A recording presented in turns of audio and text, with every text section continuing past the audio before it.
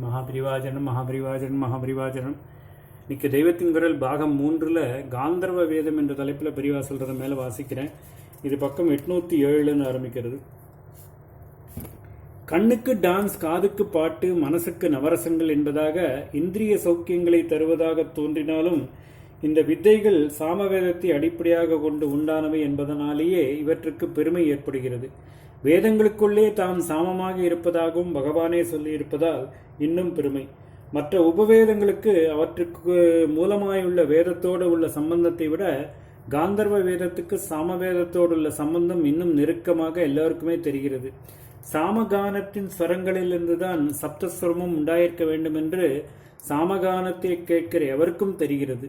சாமகானம் என்ற பெயர் இருப்பதிலிருந்து அதுவே சங்கீத வித்தியுடன் சேர்ந்ததுதான் என்று தெரிகிறது. லலிதா சகஸ்ரநாமத்தில் சாமகான பிரியா என்ற அம்பிகைக்கு ஒரு பெயர் சொல்லியிருக்கிறது. சிவனுக்கான அஷ்டோத்தரத்திலும் சாமப்பிரியா நமக என்று ஒரு பெயரை சொல்லிவிட்டு உடனே இது அதன் கான விசேஷத்துக்கானதான் என்று அதன் கான விசேஷத்துக்காகத்தான் என்று தெரிவிக்கிறார் போல் அடுத்ததாக ஸ்வரமயாய நமக என்று நாமாவை கொடுத்திருக்கிறது. மகாவிஷ்ணுவான ஸ்ரீகிருஷ்ணன் தம்மை வேதங்களில் சாமம் என்று சொல்லிக் கொண்டிருப்பதாகவும் பார்த்தோம். இதிலிருந்தே சங்கீதம் முதலான காந்தர்வ கலைக்குள்ள தெய்வீகத்தன்மை தெரிய வரும். உபவேதங்களுக்குள் மனுஷன் ரொம்ப கீழான கேளிக்கைகளுக்கு இழுத்துச் செல்லக்கூடியது என்று தோன்றுகிற காந்தர்வ வித்தியைத்தான் அவனே ரொம்பவும் மேலே இழுத்து கொண்டு போய் அப்படியே ஈஸ்வரனோடு ஐக்கியமாக்குவதற்கு உதவுகிறது. ஆக அது தப்புக்கு கொண்டு போகிறது என்றால் இதற்கான தப்பு அதனுடையதில்லை, நாம் அதை தப்பாக கொண்டு போகிறோம் என்றுதான் அர்த்தம். அதை பிரயோஜனப்படுத்திக் கொள்கிறபடி பிரயோஜனப்படுத்தாதது நம் தப்புதான். நெருப்பு இருக்கிறது, அதிலே ஆகாரம் உண்டாக்கி கொண்டு சாப்பிடுவதற்காக வீட்டில் உண்டாக்குகிறோம். அவிசுகளை அர்ப்பணம் செய்வதற்காக மூட்டுகிறோம். தீபாராதனை பண்ணி பகவானின் மூர்த்தி அழகில் ஈடுபடுவதற்கும் அது பிரயோஜனமாகிறது. நம் ஜாக்கிரதை குறைவாலோ புத்தி குறைவாலோ துணிமணி நெருப்பு பிடிக்கவிட்டால், அல்லது நாமே நெருப்பிலே மாட்டிக்கொண்டால், அல்லது கோவிலில் தீ விபத்து உண்டாக்கிவிட்டால் தப்பு நெருப்புடையதா என்ன? ஆழப்பதியும் ஆற்றல். நவரசங்களை ஈஸ்வரபரமாக சேர்த்து தர்மத்தோடு சேர்த்து ராமாயணம் மகாபாரதம் புராணங்களையும் மகான்களுடைய சரித்திரங்களையும் நாடகமாக போட்டால் அதற்கு மனசிலே புகுந்து வேலை செய்யும் சக்தி அதிகம். சோஷியல் தீம் அது இது என்று கெட்டதற்கு நாடகக்கலையை பிரயோஜனப்படுத்துவது நம் தப்புதான். காந்தி சொல்லியிருக்கிறார், சிரவண பித்ருபக்தி நாடகம் என்று சின்ன வயசில் அவர் பார்த்த டிராமா அவர் மனசில் ஆழப்பதிந்து விட்டதாக. பித்ருபக்தி பற்றி எத்தனை வியாசம் படித்தாலும் உபதேசம் கேட்டாலும் இப்படி ஜீவனுள்ள பாத்திரங்கள் அதை நடித்து காட்டுவதில் ஏற்படுகிற மாதிரி டீப் இம்ப்ரெஷன் உண்டாக்க முடியுமா? பாரத கதை சொல்வதையும் பாரத கூத்தாடுவதையும் தான் பொதுஜனங்களின் தர்மாபிவிருத்திக்கான மிகப்பெரிய பணியாக பழைய கால ராஜாக்கள் கருதி அதற்கு சகல வசதிகளும் மானியங்களும் கொடுத்து பேணி இருக்கிறார்கள். பல்வேறு இடங்களை பல நூற்றாண்டுகளைச் சேர்ந்த கல்வெட்டுகளை பார்த்தாலே தெரியும். காதால் கானத்தோடு கேட்கிறதுக்கு பேச்சையும் எழுத்தையும் விட அதிகம் சக்தி உண்டு. இதை விடவும் விஷுவல் ஆர்ட் என்பதாக கண்ணாலும் பார்ப்பதற்கு இன்னும் ஜாஸ்தி சக்தி இருக்கிறது. பேச்சு, பாட்டு ஆகியவற்றோடு சேர்ந்த நாடகம், பாட்டோடு மட்டும் சேர்ந்த நாட்டியம் ஆகிய 2 காட்சி கலைகளுக்கு இப்படி விசேஷமான சக்தி இருக்கிறது.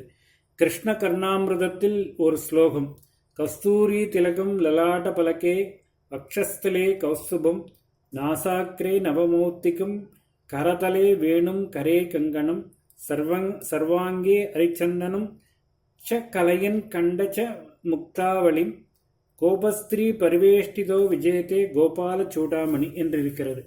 பாலகிருஷ்ணன் நெற்றியிலே கஸ்தூரி பொட்டும், மார்பிலே கௌஸ்துபமணியும், மூக்கு நுனியில் முத்து புல்லாக்கும், உள்ளங்கையில் புல்லாங்குழலும், மணிக்கட்டிலே கங்கணமும், கழுத்தில் முக்தாகாரமும், சர்வாங்கங்களிலும் சந்தனப்பூச்சும் தரித்து கொண்டு இடையர் குலத்துக்கே முடிமணியாக கோபிகா ஸ்திரீகள் புடைசூழ பிரகாசிக்கிறான் என்று இது வர்ணிக்கிறது. இதை வாயால் சொல்லி காதால் கேட்டு மனக்கண்ணிலே சித்திரமாக கொண்டு வந்தால் ஏற்படுகிற ஆனந்தத்தை விட பன்மடங்காக ஒரு தேர்ந்த நடிகையானவள் பக்தி உள்ளத்தோடு அபிநயம் பிடித்து ஆடி காட்டினால் உண்டாகிவிடும். ராதையோ யசோதையோ கிருஷ்ணனுக்கு இப்படி திலகமிட்டு சந்தனம் பூசி கங்கணம், ஹாரம், புல்லாக்கு முதலானவற்றை போட்டு விடுவதாக பக்தி கல்பனையில் அபிநயத்து காட்டினால் பரவசமாயிருக்கும். புல்லாக்கையும் பற்றி சொல்கிறேன். ஸ்திரீ ரூபங்களில் ரொம்ப அழகு லலிதாம்பிகை, புருஷர்களில் ரொம்ப அழகு ஸ்ரீராமச்சந்திரமூர்த்தி. இந்த 2 பேரும் அழகும் சேர்ந்து ஸ்திரீ புருஷ சௌந்தரியம் முழுக்க வாய்ந்தவர் கிருஷ்ணர் என்று ஒரு ஸ்லோகம் இருக்கிறது. இப்படி ஸ்ரீ லட்சணமும் மகளும் இருப்பதால் தான் நகைகளில் புல்லாக்கியம் சொல்லியிருக்கிறது.